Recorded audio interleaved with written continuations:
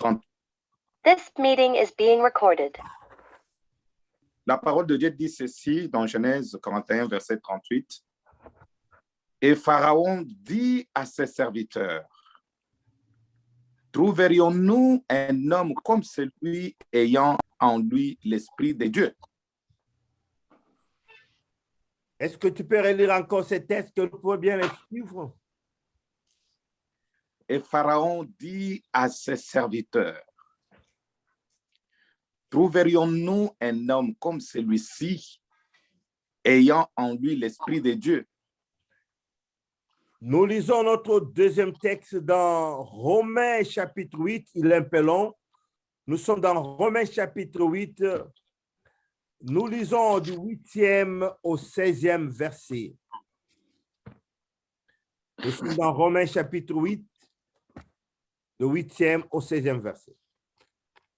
Nous lisons Romains 8, chapitre 8, verset 8 à 16. Or, ceux qui vivent selon la chair ne sauraient plaire à Dieu. Pour vous, vous ne vivez pas selon la chair, mais selon l'esprit. Si du moins l'esprit de Dieu habite en vous. Si quelqu'un n'a pas l'esprit de Christ, il ne lui appartient pas. J'aimerais que pendant qu'on lit ces textes, il faut bien le regarder. Il y a autant de bonnes paroles, de vérité. Si ce n'est pas souligné dans ta Bible, veuillez voir s'il faut le souligner. Le premier constat que j'aimerais que pendant que le frère est tenté de lire, regardez combien de fois l'apôtre parle de si. Tu peux continuer. Or, ceux qui vivent selon la chair ne sauraient plaire à Dieu. Pour vous, vous ne vivez pas selon moi l'esprit. Vous ne vivez, je m'excuse, pour vous, vous ne vivez pas selon la chair, mais selon l'esprit. Si du moins l'esprit de Dieu habite en vous. Si quelqu'un n'a pas l'esprit de Christ, il ne lui appartient pas. Et si Christ est en vous, le corps, il est vrai, est mort à cause du péché, mais l'esprit est vie à cause de la justice. Et si l'esprit de celui qui a ressuscité Jésus-Christ, les morts, habite en vous, celui qui a ressuscité Christ d'entre les morts rendra aussi la vie à vos corps mortels par son esprit qui habite en vous. Ainsi donc, frères, nous ne sommes point redevables à la chair pour vivre selon la chair. Si vous vivez selon la chair, vous mourrez. Mais si par l'esprit vous faites mourir les actions du corps, vous vivrez. Car tous ceux qui sont conduits par l'esprit de Dieu sont fils de Dieu. Amen. Et vous n'avez point reçu un esprit de servitude pour être encore dans la crainte. Mais vous avez reçu un esprit d'adoption par lequel nous crions, Abba, Père. L'Esprit lui-même rend témoignage à notre esprit que nous sommes enfants de Dieu. Amen. Et nous lisons notre dernier texte dans Galates chapitre 5, verset 18. Dans Galates chapitre 5, verset 18, c'est notre dernier texte que nous sommes en train de lire. Galates 5, verset 18, la parole de Dieu dit ceci. Si vous êtes conduits par l'Esprit, vous n'êtes point sous la loi. Père, merci pour ce temps béni, le temps de la parole. Cher Saint-Esprit, saisis ma langue, l'Esprit du Seigneur déverse ta parole dans mon esprit, dans mon cœur. Remplis ma bouche de la vie ce matin. Communique-nous ta parole au nom de Jésus. Que cette parole nous guérisse, qu'elle nous donne la vie, qu'elle nous révèle Christ, qu'elle glorifie notre Seigneur. À toi seul l'honneur, la gloire et la puissance. Prends le contrôle de cet espace. Prends le contrôle de nos pensées. Prends le contrôle, Seigneur, de nos maisons. Que tu sois le seul vrai Dieu dont nos esprits soient soumis en ce moment de la parole. Nous te le demandons, Père, au nom de Jésus-Christ. Amen. Amen. Bien-aimés dans le Seigneur, ce matin, nous sommes en train de parler de la direction par le Saint-Esprit, mais en lisant convenablement ces textes, vous allez constater que je suis tenté de combattre et de mettre deux choses au même moment parce que nous n'avons pas assez de temps de revenir sur certains détails. Ces textes ou la pensée de Dieu de ce matin voulait aussi nous interpeller pour savoir combien si nous sommes conscients de ce que l'Esprit de Dieu habite en nous. Frères et sœurs, ce qui est en nous, le plein de nous-mêmes, peut nous révéler réellement la direction que nous pouvons prendre. Le plein de nous-mêmes peut nous pousser à un rêve. Le plein de nous-mêmes peut nous conduire sur une direction. Frère, écoutez-moi ce matin. Vous savez qu'il y a des gens, quand il a beaucoup mangé le soir, il est capable de rêver qu'il est en train de manger la nuit. Il y a des gens qui, par exemple, le dedans est vide. Il est tenté peut-être de rêver qu'il est en train de manger. Faites attention au-dedans de nous-mêmes. Il est capable d'influencer le reste. Il est capable d'influencer les spirituels de nous.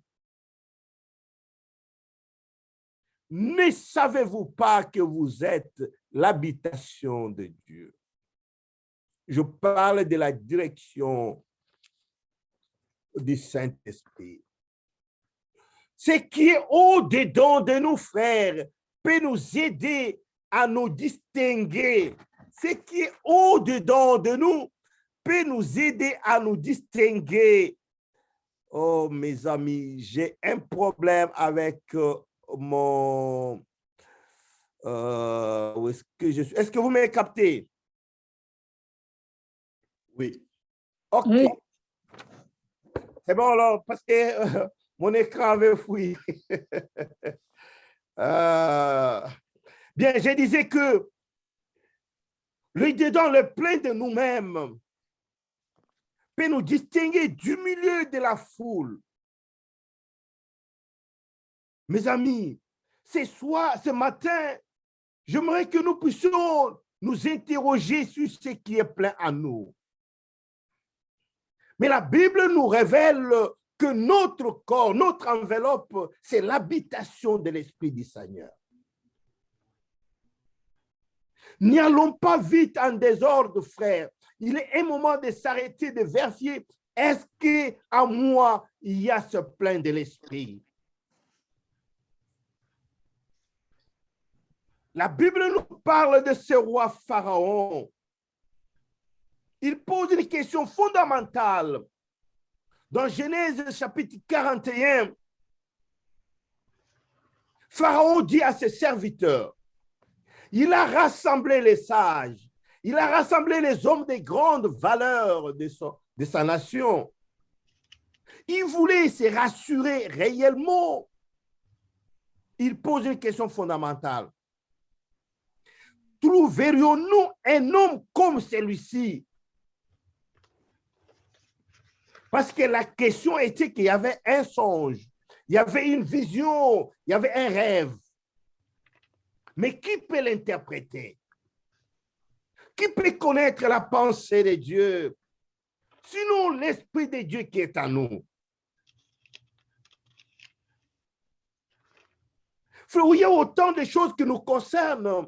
Comme la Bible dit, ce qui est révélé est à nous, mais ce qui nous est caché est à Dieu. Qui peut connaître ce qui est caché, attaché à notre destinée? Qui peut connaître ce qui est caché, attaché à notre vie, à notre lendemain? Il y a autant de choses cachées. Pharaon se retrouve devant une vérité vraie, mais qui lui est cachée. Dieu lui a accordé 2 fois le rêve, la même chose. Sur les 7 ans d'abondance et les 7 ans de disette. Mais comment connaître une chose comme ça si ce n'est que l'Esprit de Dieu? Pharaon fait cette déclaration. Égypte avait des hommes sages. Vous vous rappelez, on a étudié avec vous dans l'histoire. C'est un peuple qui a eu l'écriture avant autant d'autres nations. C'était un peuple intellectuel. C'était des hommes sages et intelligents.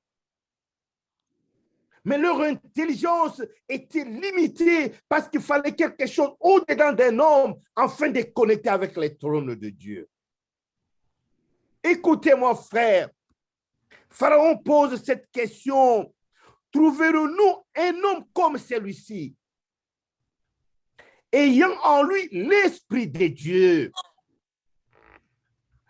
Frère, l'Esprit du Seigneur distingue Joseph de tout peuple de l'Égypte. L'Esprit de Dieu en lui l'a distingué de tous les sages et de tous les puissants de l'Égypte. Si on parlait plus loin, l'Esprit de Dieu en lui l'a distingué de Pharaon le roi, de prince. Le roi pose la question, où trouverons-nous un homme comme celui-ci, qui a en lui l'Esprit de Dieu? Mes amis, l'Esprit de Dieu, je vais vous en parler, dans cette dispensation, trouve sa demeure, trouve son adresse, trouve son habitation qui est en toi. Si on demanderait le Saint-Esprit, quelle est ton adresse? De quel pays tu sors? De quelle tête tu habites? De quelle ville tu vis? Quelle est ton adresse, cher Saint-Esprit? Le Saint-Esprit a une seule adresse, c'est toi. Je ne sais pas comment tu te permets d'aller n'importe où. Je ne sais pas. Toutes les fois que tu es dans des endroits compromettants, sache que tu as amené l'Esprit du Seigneur des endroits compromettants. Yes. Yes. C'est ça, l'Esprit de Dieu, tu es son adresse, son habitation. Pharaon dit que nous ne pouvons pas trouver cet homme comme celui-ci, ayant l'Esprit de Dieu au milieu de nous. Non. Et quand vous continuez avec la lecture, la Bible dit que Pharaon dit à Joseph, puisque Dieu t'a fait connaître toutes ces choses, il n'y a personne qui soit autre que toi. Mes amis, le Saint-Esprit en nous nous qualifie d'être plus supérieur que tout autre homme que nous.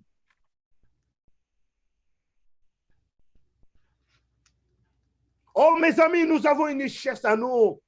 J'aimerais te dire ce matin que tu as une richesse qui habite en toi, une richesse qui te qualifie, une richesse qui te rend supérieur, une richesse qui te donne de la valeur, une richesse qui peut attirer la considération. Nous appelons cette richesse le Saint-Esprit de Dieu qui habite en nous. Quand nous serons moins habillés, quand nous serons moins comment, je ne sais pas, mais considérons que nous avons une chose de valeur, nous avons une personne de valeur qui nous qualifie devant le grand. Il est appelé le Saint-Esprit de Dieu.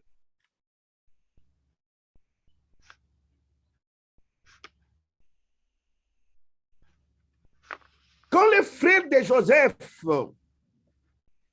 l'arrêtaient, écoutez certaines de leurs paroles. Les uns et les autres se sont dit, tuons-les.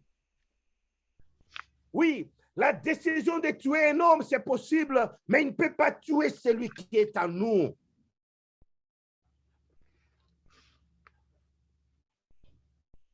Judas a dit que non, il ne faut pas les tuer. Il dit par contre, jetons-les dans les conteneurs du désert. Oui, être jeté, être placé dans un box, dans une boîte, cela n'annule à rien ce qui est en toi.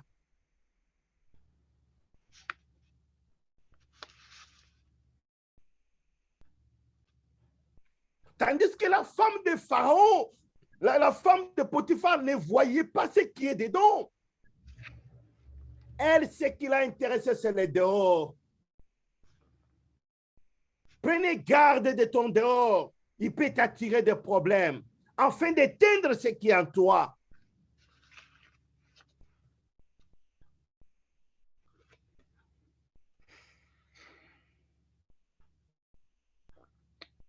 Où trouverions-nous un homme comme celui-ci ayant en lui l'Esprit de Dieu?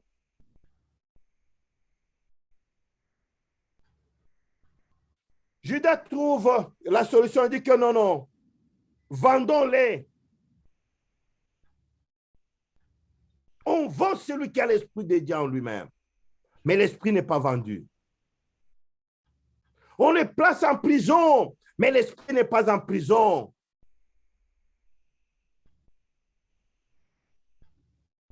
Jusqu'à ce que Pharaon, c'est lui qui a eu la vraie révélation de Joseph. Du temps de son père, jusque devant Pharaon, lisez la Bible, seul Pharaon trouve la vraie identité de Pierre, de Joseph. Son père n'a pas reconnu qu'il avait quelque chose de valeur en lui. Ses frères l'ont vu que c'était un rêveur, elle faisait des songes. La femme de Potiphar a vu un bonhomme qui peut être son mari. Mais seul Pharaon a trouvé qu'en lui, il a l'Esprit de Dieu. Frère, l'appréciation des hommes sur nous ne nous intimide pas, mais sois conscient de ce qui est en toi. C'est ce qui te donne de la valeur. Si pas aujourd'hui, demain, si ce n'est pas demain, après-demain, mais sache qu'avant que Christ revienne, l'Esprit de Dieu en nous criera vers le Seigneur en notre faveur.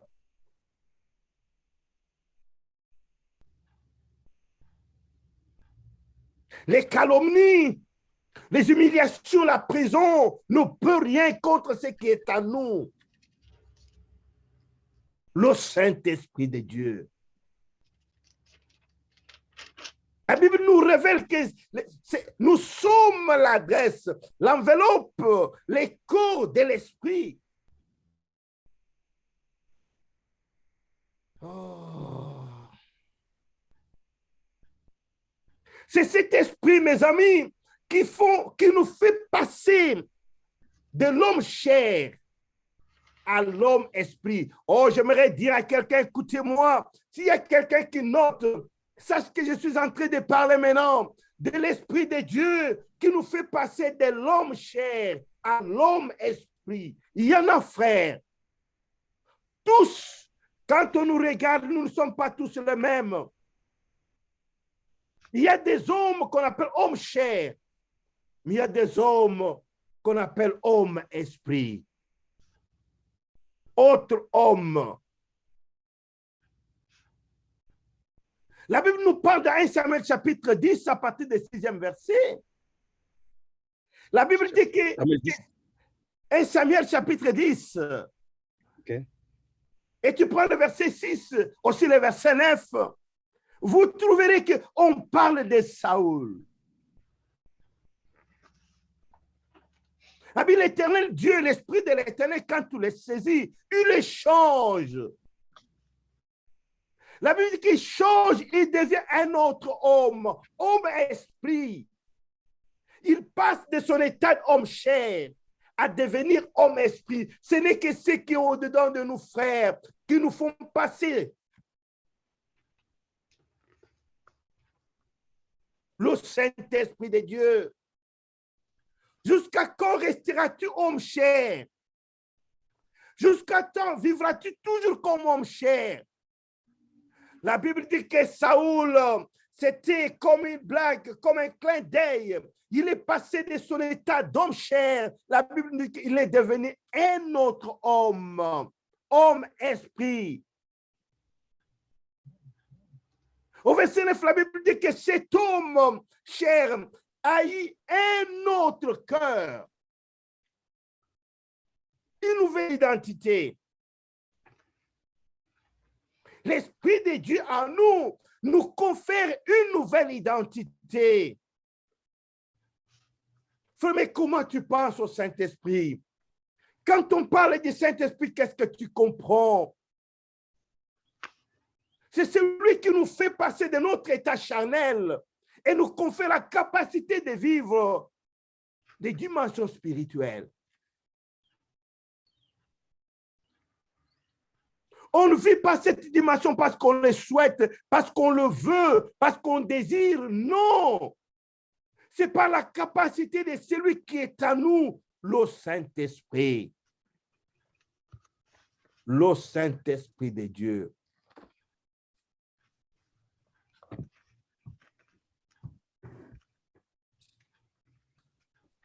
Écoutez, frères, ces grands discours de l'apôtre Paul.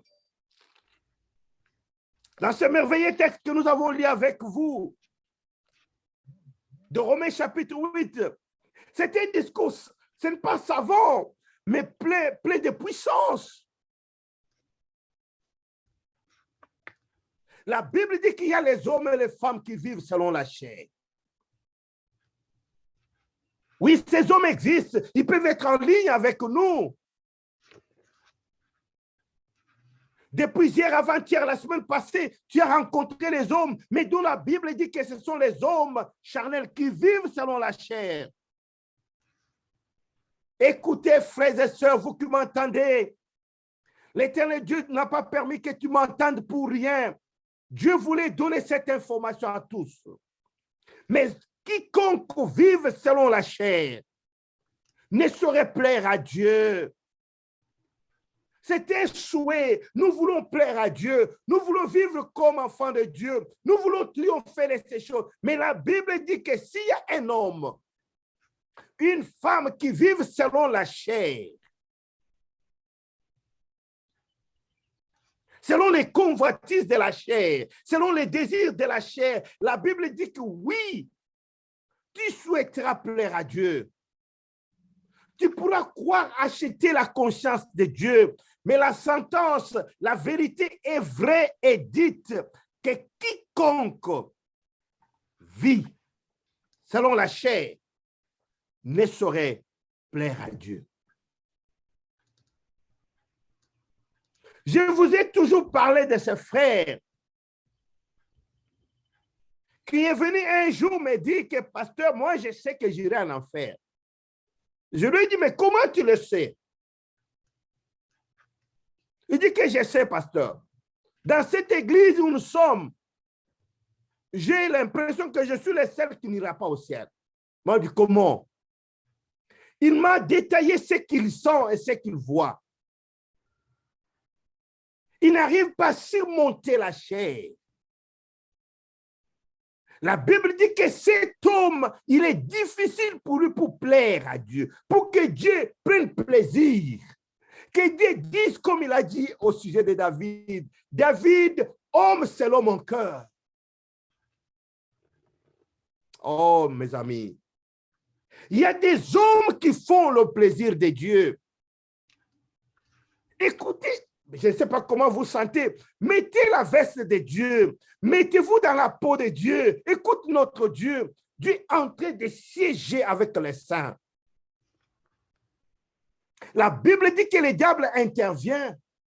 Combien Dieu se sent honoré. Combien Dieu est fier. Combien Dieu a de plaisir de parler d'un homme. Il s'appelle Job. Comment Dieu se sent quand il veut parler de toi? Quand Dieu veut parler d'Ambroise que vous êtes, est-ce qu'il y a un Ambroise parmi nous? Quand Dieu veut parler d'Ambroise, comment Dieu se sent? Quand Dieu veut parler de la maman, si c'est Ambroisine, comment Dieu se sent? Mais je vais vous dire comment Dieu se sent quand il voulait parler de Job. Dieu était tellement dans le plaisir, il dit à Job, a dit à Satan, as-tu vu mon serviteur Job? Il n'y a aucun homme, Dieu affirme, il n'y a aucun homme comme lui sur la terre des hommes. Mais le diable est insensé, mes amis. Dieu affirme qu'il n'y a aucun homme comme lui sur la terre. Toi, tu continues à vouloir aller le tenter. Dieu, lui, qui dit qu'il n'y a aucun homme comme lui sur la terre. Peuple de Dieu, la Bible dit que si un homme peut vivre selon la chair, il ne peut pas plaire à Dieu. Mais je vous en supplie, frère, si tu n'as jamais fait attention à cela, Dieu veut qu'un homme, Dieu veut qu'une femme, Dieu veut qu'une famille puisse lui plaire. Et quand Dieu parle de toi, que Dieu puisse être content. Amen. Tu dis, as-tu vu mon serviteur? Il n'y a aucun homme comme lui sur la terre. Est-ce que notre vie plaise à Dieu? Est-ce que notre façon d'être,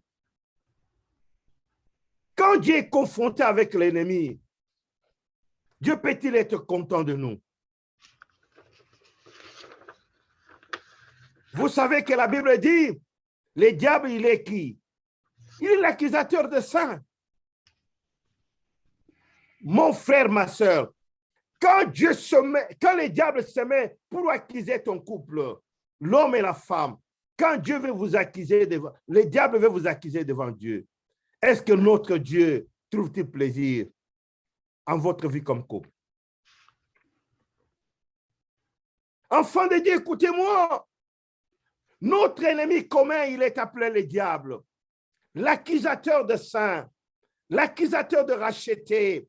Oui, c'est ça son travail. On ne doit pas lui interdire. Mais ce soir, si le diable s'est tenu devant Dieu pour t'accuser, est-ce que notre Dieu trouvera-t-il plaisir?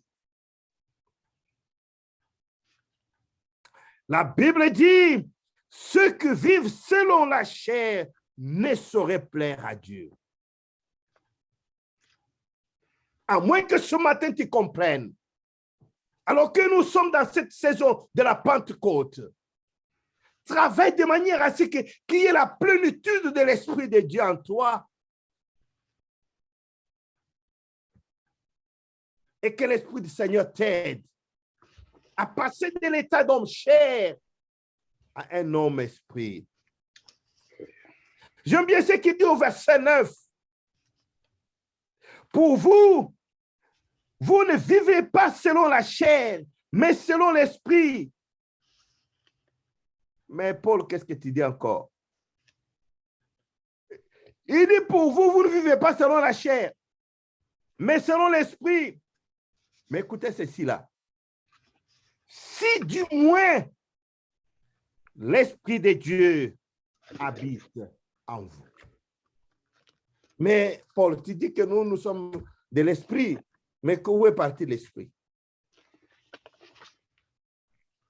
Ce premier si conditionnel n'annule pas la présence de l'Esprit en toi. Mais si du moins l'Esprit de Dieu habite en vous, mais qu'est-ce que l'Esprit fait en toi? Il est attristé ou il est agissant. Mes amis, nous vivrons par le Saint-Esprit si nous nous laissons l'Esprit de Dieu en nous s'exprimer. Mais si quelqu'un n'a pas l'Esprit de Dieu, retenons bien, frère, si quelqu'un n'a pas l'Esprit de Dieu, cet homme n'appartient pas à Dieu. Ah.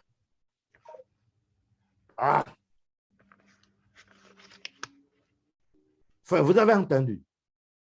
Amen. Ça, il y a 4 déclarations. Si un homme n'a pas l'Esprit de Christ en lui, cet homme n'appartient pas à Christ. Il peut être baptisé, il peut être membre de l'Église, il peut payer sa dîme, il peut appartenir à une communauté, il peut être l'enfant d'eux, il peut être la femme de, il peut être le mari de. Dieu dit seulement, tu n'appartiens pas à Dieu.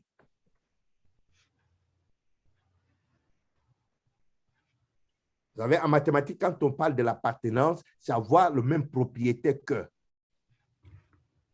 Vous avez le même propriété. Vous vous rappelez des mathématiques, les ensembles? Non?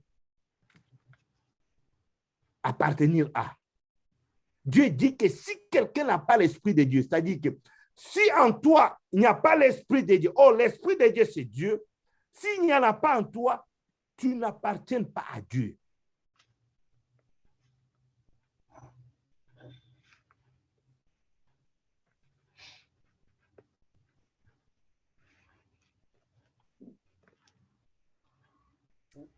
La direction par le Saint-Esprit.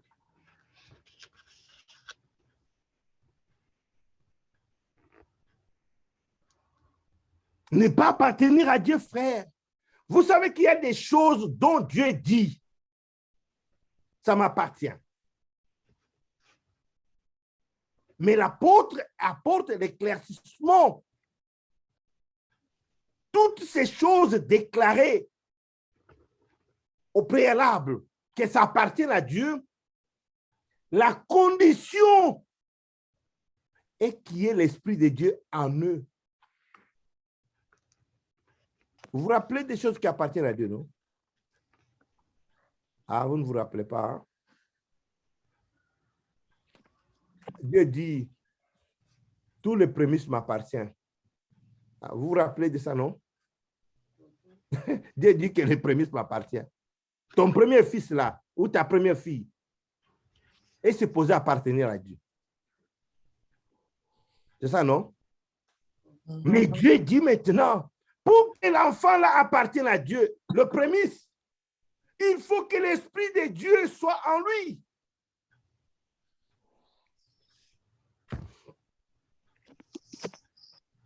On ne sait pas comment. Ce n'est pas très compliqué. Mais veillons, vérifions que nous sommes le temple de l'Esprit du Seigneur. Veillons et confirmons que nous sommes réellement l'habitation de Dieu.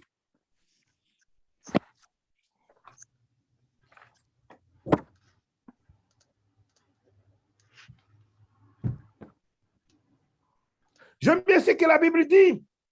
Quand nous continuons la lecture, la Bible dit, si Christ est en vous, le corps, il est vrai, est mort à cause du péché, mais l'esprit est vie à cause de la justice de Dieu. S'il est prouvé que l'Esprit de Dieu, Christ est en moi, mon corps peut être détruit. Mais à cause de la justice, l'Esprit du Seigneur est en moi. Mon esprit vit.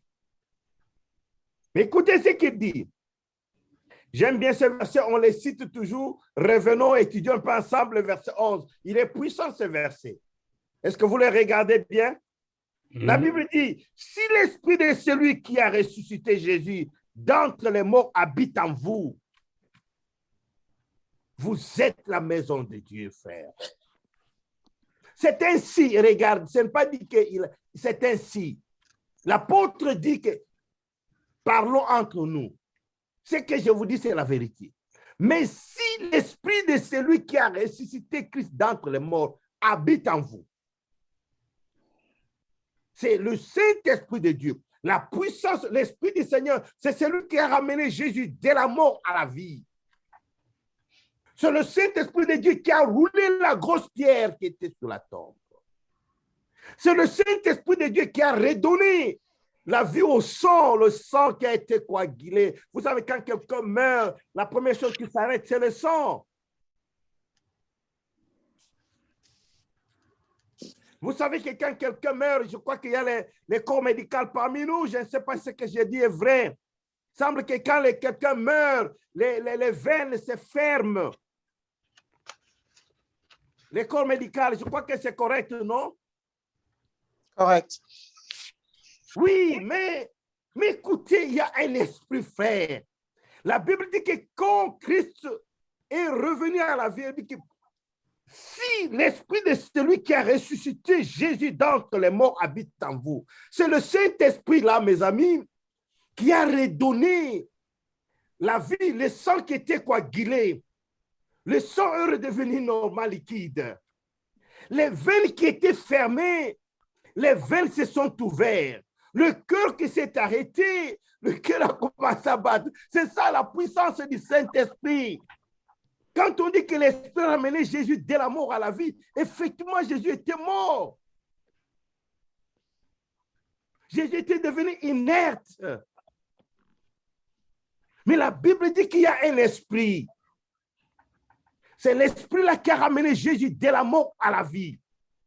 La Bible dit, si l'esprit qui a ramené Jésus de la mort à la vie, celui qui a ressuscité Jésus d'entre les morts, habite en vous, celui qui a ressuscité Christ d'entre les morts rendra aussi la vie à vos corps mortels par son esprit qui habite en vous. Je pensais que quelqu'un allait dire Amen. Amen. Frère, l'Esprit de Dieu qui habite en nous, la Bible nous promet, nous rassure que le Saint-Esprit redonne la vie à notre corps mortel par l'Esprit de Dieu qui habite en nous. Mes amis, nous devons être sûrs, nous rassurer d'une chose.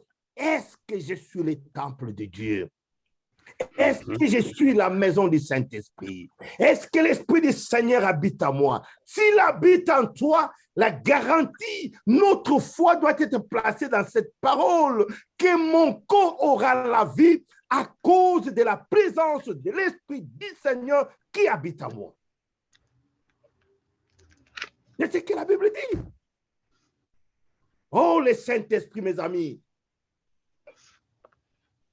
J'aimerais que nous puissions comprendre alors qu'en cette saison de Pentecôte, nous parlons du Saint-Esprit. C'est une richesse, c'est une puissance. Dieu a localisé l'Esprit du Seigneur en nous afin de redonner la vie à tout ce qui n'a pas la vie.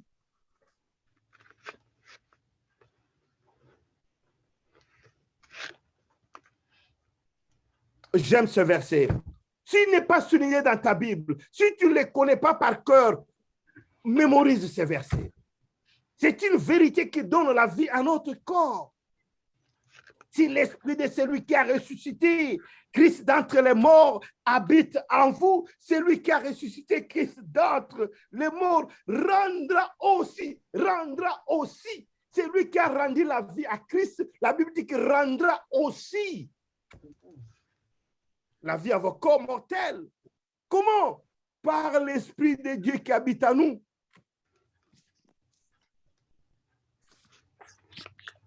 Oh, mes amis. Amen. On vous dire encore du Saint-Esprit. Il me reste juste 4 minutes. Ainsi donc, frères, nous ne sommes point redevables à la chair. Amen. Pour vivre selon la chair. Est-ce que vous y comprenez quelque chose? Yes. C'est que marcher selon l'esprit, vous ne ferez quoi? Vous n'accomplirez pas les désirs de la chair. Oui, la chair a ses désirs, mais la Bible dit que les désirs sont opposés à celui de l'esprit. Mais donnons la possibilité au Saint-Esprit de supplanter la chair afin de vivre selon l'esprit. Frère, en ces temps de Pentecôte, en cette semaine où nous nous préparons à la Pentecôte, mais comment tu te prépares, frère? Est-ce qu'il y a moyen de prier Dieu? Que l'Esprit du Seigneur en toi soit vivant, que l'Esprit du Seigneur redonne la vie à ton corps, la capacité de dompter la chair.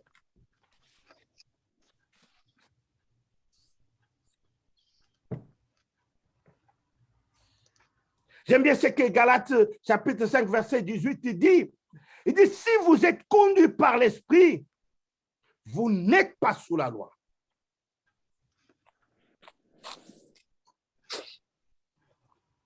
La loi, les limites, tout ce qui nous bloque. L'Esprit du Seigneur nous place au-dessus de tout ce qui est dit, ce qui a été dit, ce qui a été écrit. Si vous êtes conduit par l'Esprit, vous n'êtes point sous la loi. Il a été dit, il a été écrit, dans notre famille a été dit, dans ces jours, il a été dit. Il y a autant de barrières, mais êtes-vous conduit par l'Esprit du Seigneur? La Bible dit que les lois ne te concernent pas.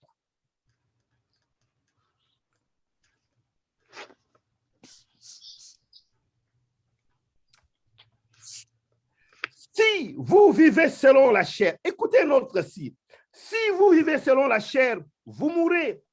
Mais si par l'Esprit, vous faites mourir les actions du corps et vous vivrez.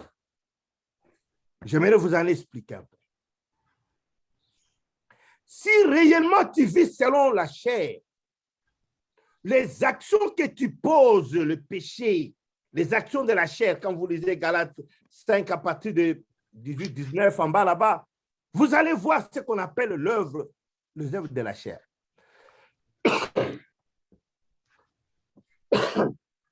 Oh là là.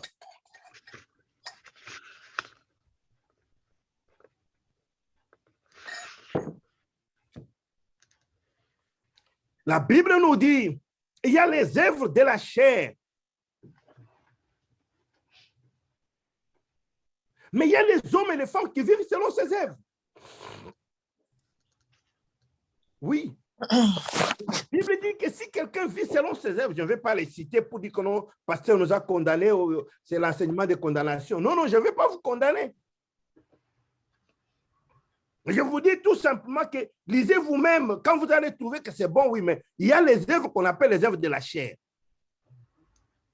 Mais selon les textes ici, il dit que, mais si vous vivez selon la chair, c'est-à-dire selon les choses que vous allez voir dans Galates là, la Bible affirme que vous ferez quoi? Vous ne voyez pas le verset là, le verset 13. La Bible dit, si vous vivez selon la chair, vous ferez quoi? Vous mourrez. Ce n'est pas moi qui dis, c'est le gars qui a lu et c'est écrit comme ça. La Bible dit que ces choses-là que nous avons vues dans Galates, si quelqu'un pratique ces choses-là, il mourra. Mais si par l'Esprit de Dieu, c'est-à-dire le Saint-Esprit, ce sont des choses attachées à la chair qu'on a dit dans Galates. Maintenant, écoutez, dans ma chair ici, je suis l'enveloppe du Saint-Esprit. Mais je donne le privilège au Saint-Esprit. Je donne action au Saint-Esprit. L'Esprit du Seigneur me saisit, me conduit. Alors écoutez ce que la Bible dit. Si c'est par l'Esprit, vous faites mourir les actions là et vous vivrez. Ces actions d'autres aussi, ça existe. Mais tu peux les faire taire. Tu peux les faire mourir par la puissance du Saint-Esprit et la Bible dit que vous vivrez. Tous ceux qui sont conduits par l'Esprit de Dieu. Troisième déclaration. Première déclaration, je vous ai dit, l'apôtre Paul dit, si quelqu'un n'a pas l'Esprit du Seigneur, il ne lui appartient pas.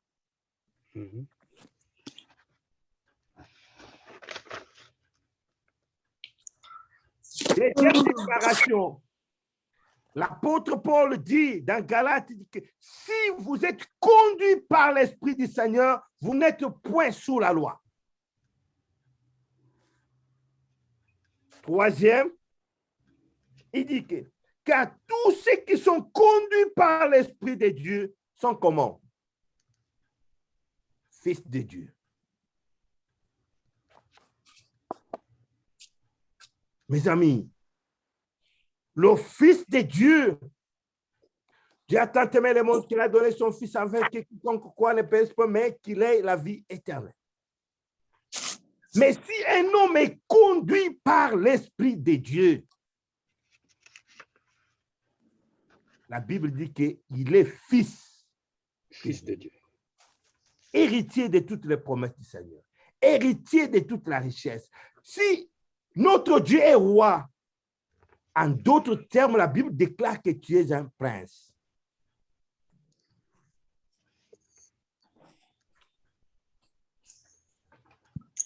La dernière déclaration que j'aimerais que vous puissiez retenir, le verset 16 nous dit ceci. L'Esprit lui-même rend témoignage à notre esprit que nous sommes enfants de Dieu. La plénitude de l'Esprit de Dieu en nous-mêmes, on n'a pas besoin que quelqu'un vienne trembler, dire que non, non, non, frère, toi, tu es sauvé. Non, non, la façon dont cette chair parle, c'est un enfant de Dieu.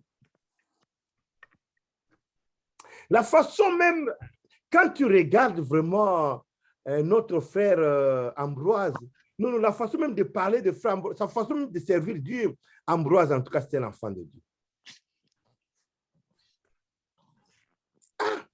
Vous voyez même, quand il faut faire des contributions, la façon dont ce frère-là donne son argent, en tout cas, c'est un enfant de Dieu. Ça, c'est un enfant de Dieu. Vous avez vu même comment elle a pleuré, en tout cas. Non, non, non, ça, c'est un enfant de Dieu. Et qui a dit ça? Écoutez ce que la Bible dit. L'Esprit lui-même rend témoignage à notre esprit que nous sommes enfants de Dieu. Chacun de nous, tu sais. Si tu nous fais l'aventure, toi-même, tu sais. Je suis un aventurier. Toi-même, tu sais. Tu n'as pas besoin qu'un homme te dise. Oui, ce que tu fais, tu peux être là où il y a des gens, tu lèves la main, tu parles en langue, tu es bien. Oui. Mais qu'est-ce que le Saint-Esprit dit à ton esprit? Ce n'est pas ce que les gens disent. Nous, les gens, même moi, le pasteur, je peux comment les gens dire, ah, Ambroise, en tout cas, Ambroise, la façon d'être d'Ambroise. Ambroise, il est à l'église, en tout cas, c'était un enfant de Dieu. Ah, Ambroise. Non, non, pasteur, tu commets l'erreur. Demande à Ambroise, qu'est-ce que l'Esprit de Dieu dit à son esprit? Ambroise vous dira que non, l'Esprit a dit qu'en tout cas, moi, les choses de Dieu, je ne sais pas. C'est ça, le vrai témoignage. Oh, bien-aimés dans le Seigneur, alors que nous continuons à parler du Saint-Esprit, alors que nous sommes dans le champ, dans cette saison de Pentecôte, j'aimerais que chacun de nos frères s'intéresse à sa vie de l'Esprit. J'aimerais que nous puissions être cet homme particulier à cause de l'Esprit du Seigneur en nous. Joseph a été trouvé exceptionnel dans l'ensemble de l'Égypte. On ne pouvait pas trouver un homme comme lui parce que lui avait quelque chose que tout le monde n'avait pas. Tu n'es pas tout le monde. Tu as quelque chose qui te distingue de tout le monde. C'est l'Esprit du Seigneur. Que Dieu nous aide. Acceptons de nous laisser conduire par l'Esprit du Seigneur. Est-ce qu'on peut incliner nos têtes, nous allons prier Dieu? Est-ce qu'on peut